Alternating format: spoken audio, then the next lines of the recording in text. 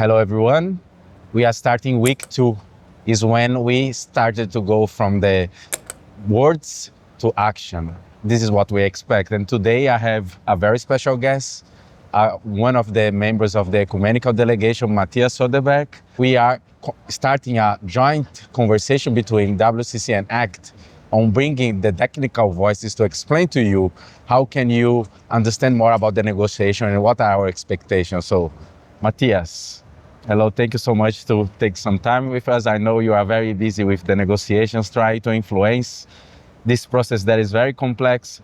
Today we want to talk about NDCs, which is an acronym that I don't know everyone knows what it means. Can you explain a little bit what are NDCs? Yeah, it's an acronym. It stands for Nationally Determined Contributions. But in reality, you should think about them as national climate plans, because that's what it is. So all countries, according to the Paris Agreement, all countries should make their own national climate plan. And it's not just any plan, it's a plan which should be done every 5th year. So all parties are making the plans at the same time and submitting them at the same time. And that means that we can, by looking at all of these plans, we can see how ambitious countries are. And we can see how far away we are from reaching the 1.5 degree target. This year, the countries are submitting their new plans. Actually, they promised to submit already in the beginning of the year. And then they changed the deadline until September. And now there are still some countries which have not really done their homework yet. But we expect all countries to make their plans this year so that we sort of can find out how are we doing? How much do we still need to reduce our emissions if we're going to manage the climate crisis?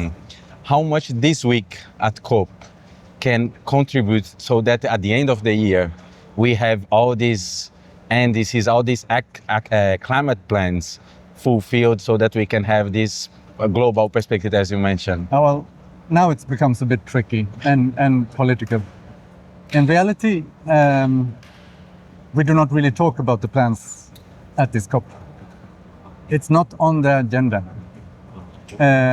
But there were a number of countries proposing that it should be on the agenda, because we can see on the plans which have been submitted, we can see that they are not ambitious enough.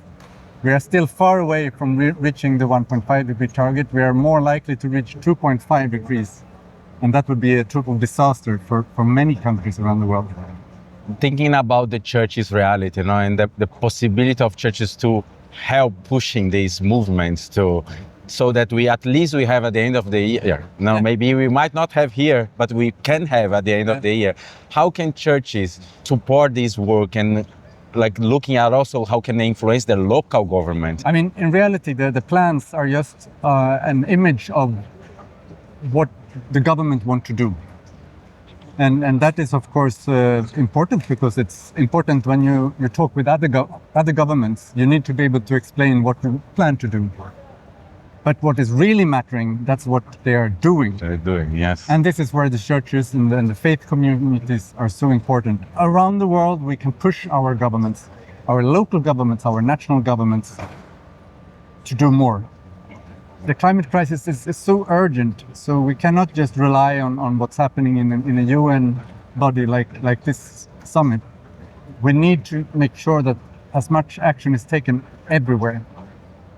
Of course, the plans, they will guide what's happening on the national level, and therefore it's also good for us as churches and church-based actors to look at the plan, because then we know in what direction the government wants to go. Mm-hmm. But practically speaking, what do you think concretely they are skills to do it, or should they also invest in education? Because this is also an aspect that churches are always worried about. How can they prepare themselves to be able to dialogue at this level with their governments? Well, two things.